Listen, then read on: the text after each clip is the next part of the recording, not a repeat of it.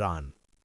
وَإِذْ قَالَ رَبُّكَ لِلْمَلَائِكَةِ إِنِّي جَاعِلٌ فِي الْأَرْضِ خَلِيفَةً قَالُوا أَتَجْعَلُ فِيهَا مَن يُفْسِدُ فِيهَا وَيَسْفِكُ الدِّمَاءَ وَنَحْنُ نُسَبِّحُ بِحَمْدِكَ وَنُقَدِّسُ لَكَ قَالَ إِنِّي أَعْلَمُ مَا لَا تَعْلَمُونَ. அந்த நேரத்தை நினைவுகூரும். இறைவன் மலக்கு வானவர்களை நோக்கி, நான் ஒரு பிரதிநிதியை ஹலீஃபாவை பூமியில் ஏற்படுத்தப் போகின்றேன் என்று கூறினான்.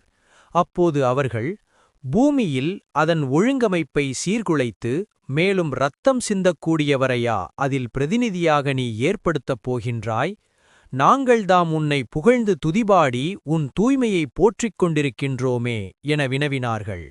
அதற்கு இறைவன் கூறினான், நீங்கள் அறியாதவற்றையெல்லாம் நிச்சயமாக நான் அறிவேன்.